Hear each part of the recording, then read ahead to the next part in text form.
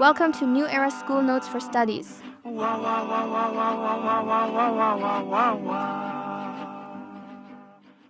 Welcome to the deep dive. Today, we're jumping right into something really foundational, the building blocks of English grammar. That's right. This isn't just, definitions from a textbook. It's about really getting the structure inside every sentence you use. Think of it like a shortcut to communicating more clearly. Exactly. And understanding these parts of speech, well, it's not just for passing tests. It's fundamental for clear writing, for precise speaking, really, for understanding how language actually works. And what we're discussing today, it draws heavily from a really practical guide, English Grammar, Parts of Speech tutorial, which really aims to make these ideas clear, not just list rules. Right. So our mission today is to unpack these 8 core word categories. I want to give you the tools so you can spot them, understand what they do in a sentence, and maybe avoid some common trip-ups. Yeah, there are definitely a few tricky spots. Hopefully you'll have a few aha moments about the words you use without even thinking about it. Ready to dive in? Let's do it. Okay, first up, nouns.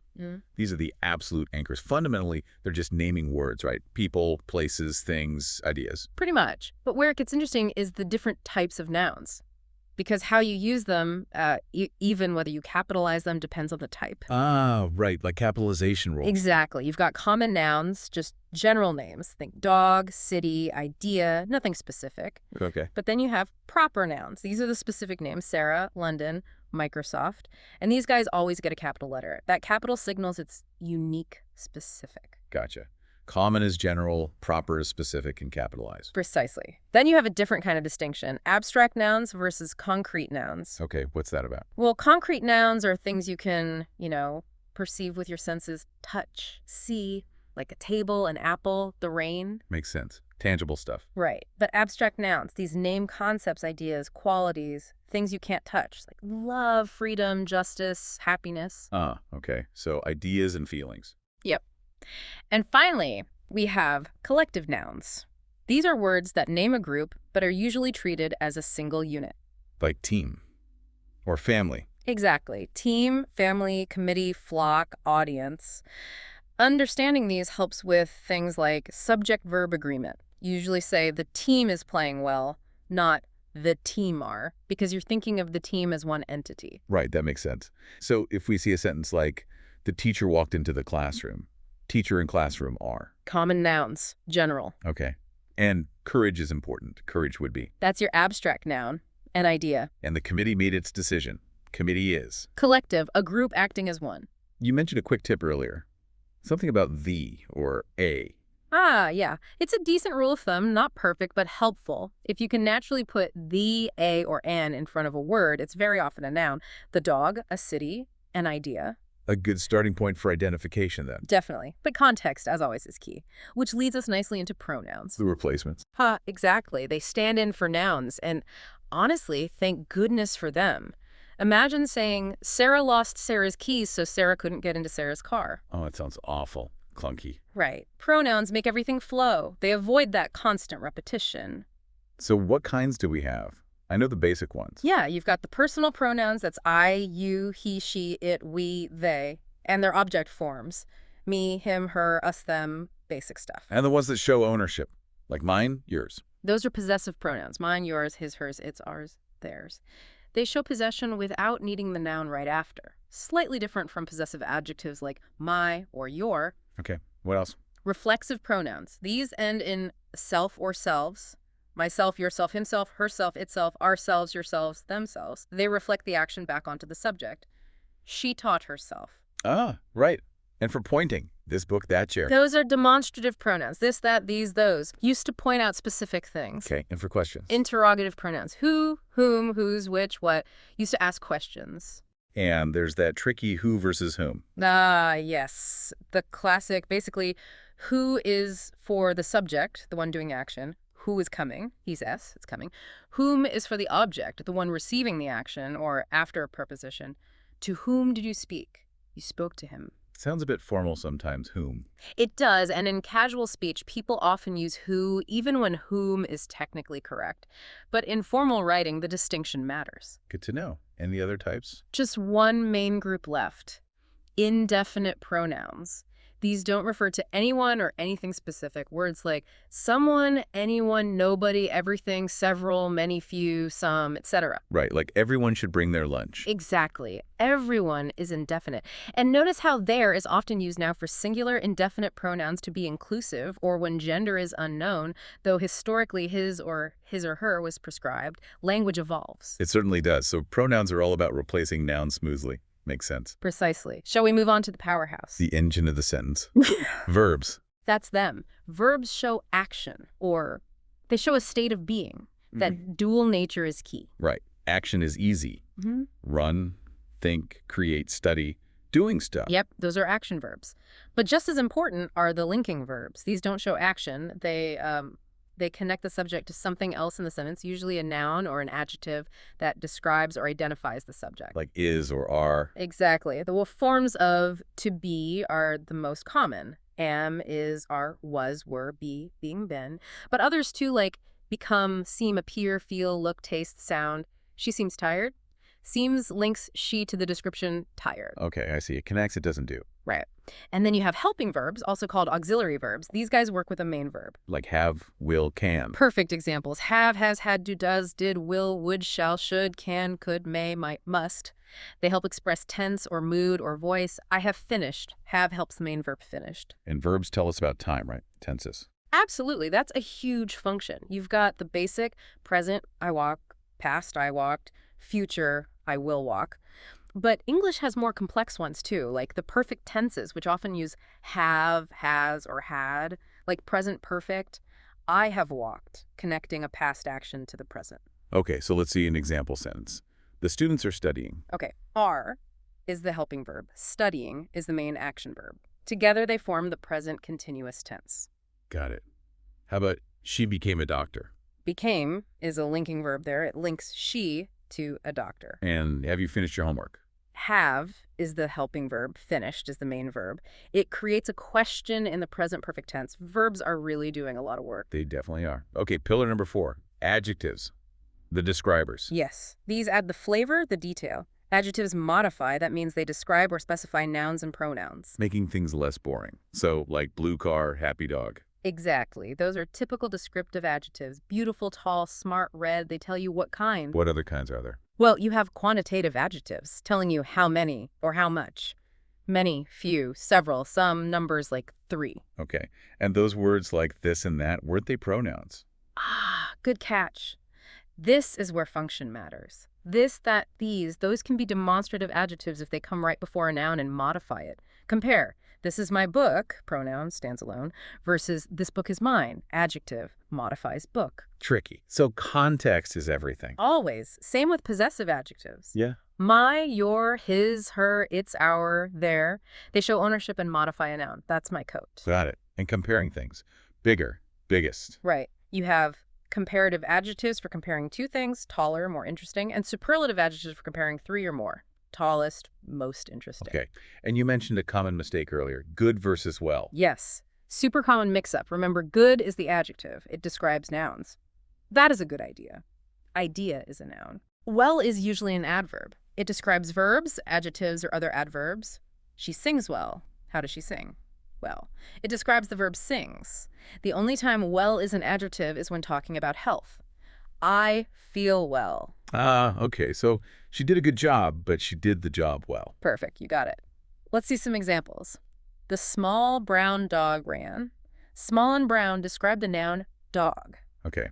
This is the most interesting book. Most interesting is a superlative adjective modifying book. And several students finished the difficult assignment. Several is quantitative, modifying students. Difficult is descriptive, modifying assignment. And usually adjectives come right before the noun they describe. That's a good clue. Helpful tip. Okay, number 5, adverbs. The modifiers. Huh. Good name for them. They're incredibly versatile. Adverbs modify verbs, adjectives, or yes, even other adverbs. And they often end in ovally, right? Like quickly, happily. They often do, which is a useful hint, but definitely not a strict rule. Words like fast, well, very often, here, now are all adverbs without the able. So we can't just rely on the ending. No, you have to look at the job it's doing. What is it modifying? Adverbs typically answer questions like how, when, where, why, or to what extent. Different tops based on the question they answer. Exactly. Adverbs of manner tell how. Carefully, slowly, loudly. Adverbs of time tell when. Now, yesterday, soon, always.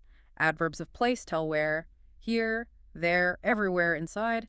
And adverbs of degree tell to what extent. Very extremely, quite, rather, too. That breakdown is helpful. Yeah. Let's see. She spoke quietly. Quietly tells how she spoke. Modifies the verb spoke. Manner. The movie was extremely entertaining. Extremely tells to what extent it was entertaining. It modifies the adjective entertaining. Degree. Okay. Yesterday, we completely finished the project. 2 adverbs there. Yesterday tells when. Time. Completely tells to what extent it was finished. Degree, modifying the verb phrase, finished. Got it. And he always arrives early. Always tells when or how often. Time. And early also tells when he arrives. Another time adverb. See? Versatile. Definitely. That ask the question tip seems really useful here. How, when, where, to what extent. It's probably the best way to pin down an adverb if you're unsure. Okay, moving on. Number 6, prepositions. The relationship builders. That's a great way to put it. They're usually small words, but they're crucial. They show the relationship between a noun or pronoun, called the object of the preposition, and some other word in the sentence, often about location, direction, or time. So like in, on, at. Exactly. Those are common for location. In the box, on the table, at the corner, under the bed, over the fence, between the lines, among the crowd. And for direction. Think to, from, into, through, toward, across. Walk toward the light, jump into the cool. Okay. And time. Words like before, after, during, since, until, by. During the storm, after midnight, since last year. And you said they always have an object. Yes, that's key. A preposition must be followed by a noun or pronoun, or a phrase acting as one. That noun pronoun is its object. The book is on the table. Table is the object of on. He walked toward me. Me is the object of toward. You can't just say he walked toward. Oh, that makes sense. It needs something to connect to. Precisely. Let's see. We walked through the park toward the lake.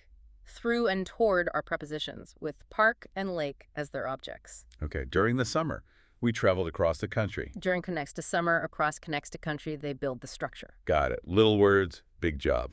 Definitely. Which brings us to number 7, conjunctions, the connectors. Joining words, phrases, clauses. These are super important for building complex sentences. Absolutely essential. Without them, we'd just have short, choppy sentences. There are 3 main types. Okay, what's the first? Coordinating conjunctions. These connect words, phrases, or independent clauses that are grammatically equal. The easy way to remember them is the acronym FANBOYS. Fanboys. Let's see, for and, nor, but, or yet so. You got it. I like coffee, but she prefers tea. But connects 2 independent clauses. Simple enough. What's next? Subordinating conjunctions. These are different. They introduce a dependent clause, one that can't stand alone as a sentence, and connect it to an independent clause. They show relationships like cause, contrast, time, condition. Like because, although, if, when. Exactly. Words like because, since, although, while, if, unless, when, after, before, until, as. For example, because it was raining, we stayed inside. The clause, because it was raining, is dependent. It needs the main clause, we stayed inside. Because shows the reason. Okay, so they make one part depend on the other. Right. And the third type, correlative conjunctions. These guys work in pairs. Ah, like either, dot, or. Perfect. Either, are, neither, nor, both, dot, and, not only, but also whether, dot, or. They connect grammatically equal elements, but they do it as a team. So we can either walk or take the bus. Yep. Connects the 2 verb phrases walk and take the bus. Or she is not only smart, but also kind. Connects the 2 adjectives smart and kind. These pairs add a nice structure and emphasis. Conjunctions really do seem crucial for anything beyond basic sentences. They absolutely are. Okay, one more to go. The final pillar. Number 8, interjections. The exclamations. Yeah. These are words or short phrases thrown into a sentence, often at the beginning to express sudden feeling or strong emotion. Like wow or oops. Exactly. Wow, ouch, hey, oh no, wow, hooray, oops. They often stand apart grammatically. What do you mean stand apart? Well, you could usually remove the interjection and the sentence would still make grammatical sense, though you'd lose the emotional punch. They aren't tightly integrated into the clause structure like other parts of speech. Ah, I see. They're like little emotional additions. Pretty much. Wow, that's incredible. Oops, I dropped it. Hey, watch out. Oh dear, that's not good. They add that immediate human reaction, often followed by an exclamation mark, but sometimes just a comma. Simple, but effective for tone. Definitely adds personality. Okay, wow, that's all 8. Nouns, pronouns, verbs, adjectives, adverbs, prepositions, conjunctions, interjections. So let's try to bring this together. How does this actually help you, the listener, when you're just, reading or writing? That's the key question. It's not about labeling for the sake of labeling. It's about understanding function. The single most important thing is to realize that a word's part of speech depends entirely on its job in that specific sentence. Right. You gave the example of run being a noun or a verb. Exactly. Or think of book. Read the book. Noun. Can you book the tickets? Verb. Or well. He speaks well. Adverb. Are you well? Adjective meaning healthy. Dig a well. Noun. Context is everything. So how do you figure out the job? You mentioned asking questions. Yes, those diagnostic questions are really helpful. Who or what is doing the action or being described?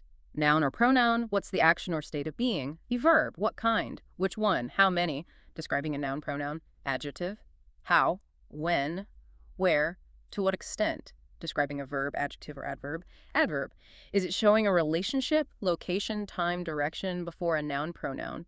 Preposition, is it connecting words, phrases, or clauses? Conjunction, is it a sudden exclamation of feeling? Interjection. That's a really practical way to approach it, like a checklist. It helps break it down. Substitution can work too sometimes. Can you replace it with a known noun or a known verb? Does very fit before it? That might suggest an adjective or adverb. Okay. And we talked about a few common mistakes, the good versus well one. Right. Remember, good adjective, well adverb usually. What about it's versus its? That gets people all the time. Oh, absolutely. Huge one. It's, no apostrophe, is possessive. It belongs to its. The dog wagged its tail. The tail belongs to the dog. It's, with the apostrophe, is always a contraction. It means it is or it has. It's raining. It is raining. It's been fun. It has been fun. If you can substitute it is or it has, use the apostrophe. If not, it's its. Simple rule, but easy to forget in the moment. And who versus whom again? Yep. Who for the subject, whom for the object. A quick trick is to try substituting he or she versus him or her. If he or she fits, use who. Who called? He called. If him or her fits, use whom. To whom did you give it? You gave it to him. Useful tricks. So practice is really the way to get comfortable with all this. Absolutely. The guide we mentioned emphasizes practice. Take sentences you see every day in emails, articles, books. Try to break them down. Identify the job of each word. Like the quick brown fox jumps over the lazy dog, that old chestnut. Perfect example. Go through it word by word. The adjective article, quick adjective, brown adjective, fox noun, jumps verb, over preposition, the adjective, lazy adjective, dog noun. Or something more complex. Wow. She really performed beautifully during the concert. Wow, interjection. She, pronoun, really. Adverb modifying performed. Verb, beautifully adverb modifying performed. During preposition, the adjective, concert, noun. Okay, so once you start looking, it clicks into place. It does. Regular practice makes identification almost second nature.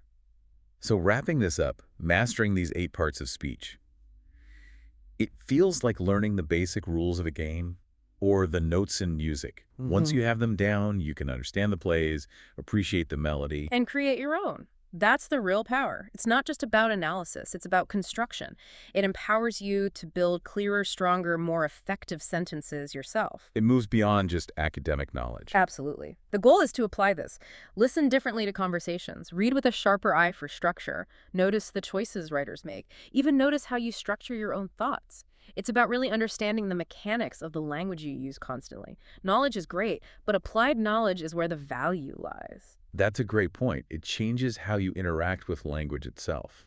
It really can. So here's something to think about as you go about your day.